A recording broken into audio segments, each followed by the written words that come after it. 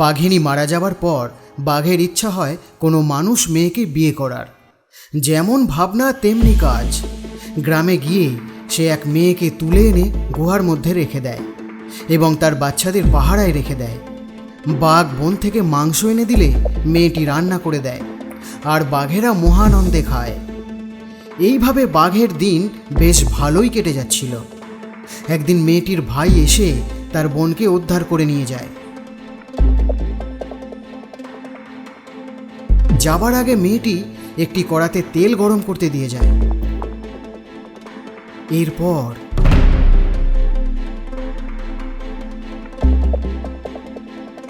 বাবা বাবা, ওই কড়াতে ঠান্ডা জল আছে, মুখ ধুয়ে নাও, পিঠে খাবো।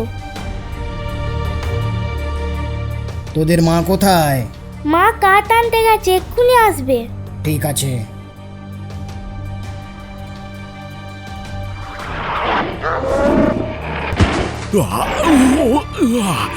আর পারছি না, মুখটা একেবারে জ্বলে যাচ্ছে। এখন আমি কি করি? বাবা বাবা, ঠান্ডা জলে মুখ ধুয়ে নাও, তাহলে দেখবে কষ্ট কমে যাবে। বাবা বাবা, পাহাড়ি গাছগাছলার ওষুধ লাগাও। তোদের মানুষ মা আমাকে ঠকিয়ে এখান থেকে পালিয়ে গেছে। তোরা এখানেই থাকিস। আমি যাই দূরের ওই মায়াং পাহাড় থেকে কিছু একটা বনৌষধি খুঁজে আনি।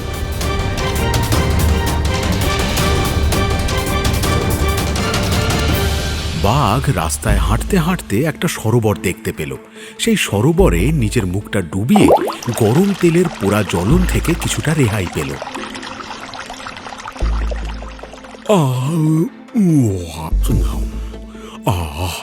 মুখটা একটু ঠান্ডা হলো।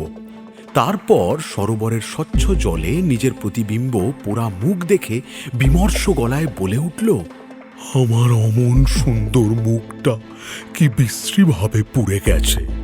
আমার বউও চলে গেল। এই বলে সে আবার মায়াং পাহাড়ের উদ্দেশ্যেই হাঁটতে লাগলো।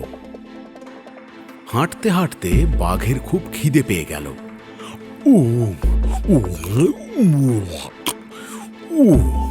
আমার খুব খিদে পেয়েছে।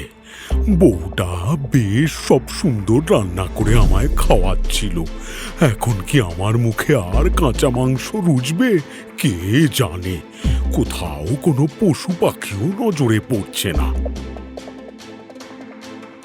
এখন কি শিকার করি? এদিকে খিদেটাও যে সহ্য করতে পারছি না। এইসব ভাবতে ভাবতে বাঘ রাস্তায় হাঁটতে হাঁটতে হঠাৎ কিছু একটা আওয়াজ শুনতে পেল। ওম নমঃ শিবায়। আরও একটু এগোতেই দেখল একজন ঋষি মশাই ধ্যানমগ্ন অবস্থায় শিবের মন্ত্র উচ্চারণ করছেন। ওম নমঃ শিবায়। ওম নমঃ শিবায়। ওম নমঃ শিবায়। ওম নমঃ শিবায়। ওম নমঃ। সেই গর্জনের আওয়াজে ঋষি মশাইয়ের ধ্যান ভঙ্গ হয়। গর্জনরত বাঘকে দেখে ভীষণ ভয় পেয়ে যান ঋষি মশাই এবং ভয়ে কাঁপতে থাকেন। ঋষি মশাই, আমি ভীষণ ক্ষুধার্ত, তাই আমি আপনাকেই খাবো। পশুরাজ ব্যাঘ্র, আমাকে শিকার করে তোমার ক্ষুধা নিবৃত্ত করো না। আমাকে ভক্ষণ করে হয়তো তোমার ক্ষণিকের ক্ষুধা নিবৃত্ত হবে, কিন্তু আমাকে প্রাণে না মারলে তুমি তোমার সব সমস্যা থেকে মুক্তি পাবে। আমি দিব্য দৃষ্টির মাধ্যমে তোমার অতীত দৃষ্টিগোচর করতে পারছি এবং তুমি তোমার সমস্যা থেকে কিভাবে মুক্তি পাবে তার উপায়ও আমার জানা আছে। আপনি আমাকে এই সব বলে বোকা বানাতে পারবেন না। হে পশুরাজ ব্যাঘ্র, আমি শিবের উপাসক। যে মুখ থেকে আমি শিবের স্তব স্তুতি করি, সেই মুখ থেকে মিথ্যাচার করি না। তোমার মানুষ বউ তোমাকে পরিত্যাগ করে চলে গেছে এবং তার কারণেই তোমার মুখমণ্ডলটি উত্তপ্ত তেলে পুড়ে গেছে। অস্বীকার করতে পারো? ঋষি মশাই, আমার অপরাধ নেবেন না, আমাকে ক্ষমা করবেন। আপনিই বলুন আমি কিভাবে এই সমস্যা থেকে মুক্তি পাবো। এই ব্যগ্র জীবন তোমার প্রকৃত জীবন নয়। সাম্য মুনির অভিশাপে তুমি এই জীবন পেয়েছ। এ জীবনের পূর্বে তুমি ওই মায়াঙ্ক পাহাড়ের ওপারে যে আনন্দপুর রাজ্য আছে, সেই রাজ্যের রাজকুমার ছিলে। তোমার দুটি প্রিয় পোষ্য ছিল, একটি ঘোড়া সেবক যার উপরে চড়ে তুমি সারা রাজ্যে ঘুরে বেড়াতে, আরেকটি কাকাতুয়া সুভি যার সাথে কথা বলে তোমার সময় কাটত। এপারে গ্রামের এক গরিব মেয়েকে তুমি ভালোবেসেছিলে। তার সাথে যখন তোমার বিবাহ স্থির হয়, ঠিক তখনই তোমার তীরের নিক্ষেপে ভুলবশত সাম্যমণি মারা যায়।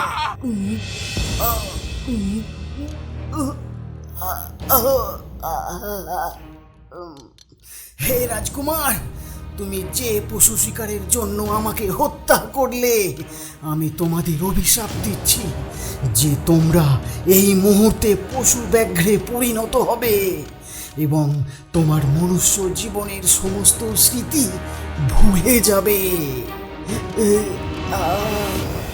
এবং তার অভিশাপে তুমি ব্যাঘ্রের রূপে আর তোমার দুই পোষ্যরা শাবক ব্যাঘ্রে পরিণত হয়, যারা আজ তোমার দুই সন্তান। এবং এই জীবনে তুমি যাকে বিবাহ করে এনেছিলে, সেই মনুষ্য পত্নী তোমার পূর্ব জীবনের প্রিয়তমা। সাম্যমুনি মারা যাওয়ার আগে তার প্রাণ শিখাটি একটি চারা বৃক্ষে স্থাপন করে যান।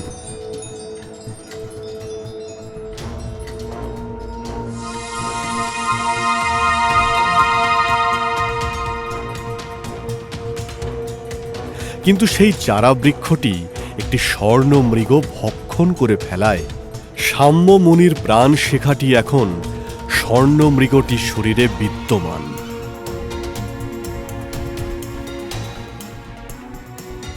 তুমি যদি এই ব্যাঘ্র রূপে ওই স্বর্ণ মৃগটিকে শিকার করে তাকে ভক্ষণ করতে পারো, তাহলে সাম্যমুনির প্রাণ শিখাটি স্বর্ণ মৃগের শরীর হতে মুক্তি লাভ করে মুনিবরের শরীরে স্থাপিত হয়ে পুনরায় জীবিত হয়ে উঠবেন। আর সাম্যমুনি জীবিত হলে তুমি এই অভিশপ্ত জীবন হতে মুক্ত হবে এবং রাজকুমারের রূপ ও জীবন ফিরে পাবে। তখন তুমি নিজের রাজ্যে ফিরে যাবে এবং তুমি তোমার মনুষ্য পত্নীকেও পুনরায় ফিরে পাবে। ঋষি মশাই, আপনাকে অসংখ্য ধন্যবাদ। এই বলে বাঘ সেই মায়াঙ্ক পাহাড়ের দিকে দৌড়ালো।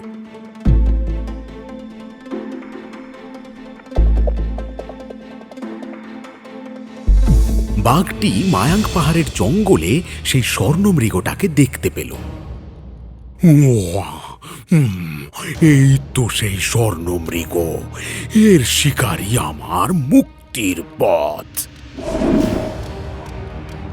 এই বলে সে স্বর্ণ মৃগটিকে তাড়া করল শিকার করবে বলে। এদিকে স্বর্ণ মৃগ দৌড়াতে লাগলো। অবশেষে বাঘটা স্বর্ণ মৃগটিকে শিকার করল। তারপর স্বর্ণ মৃগের মাংস খেতে লাগলো। তখনই স্বর্ণমৃগের শরীর থেকে প্রাণ শিখাটি নির্গত হয়ে সাম্যমুনির শরীরে প্রবেশ করল এবং মুনি জীবিত হলেন।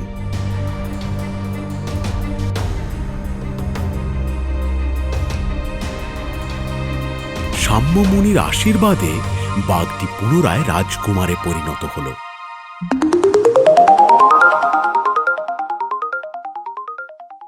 সাথে সাথে গুহায় থাকা বাঘের বাচ্চা দুটিও তাদের প্রকৃত রূপ ফিরে পেল।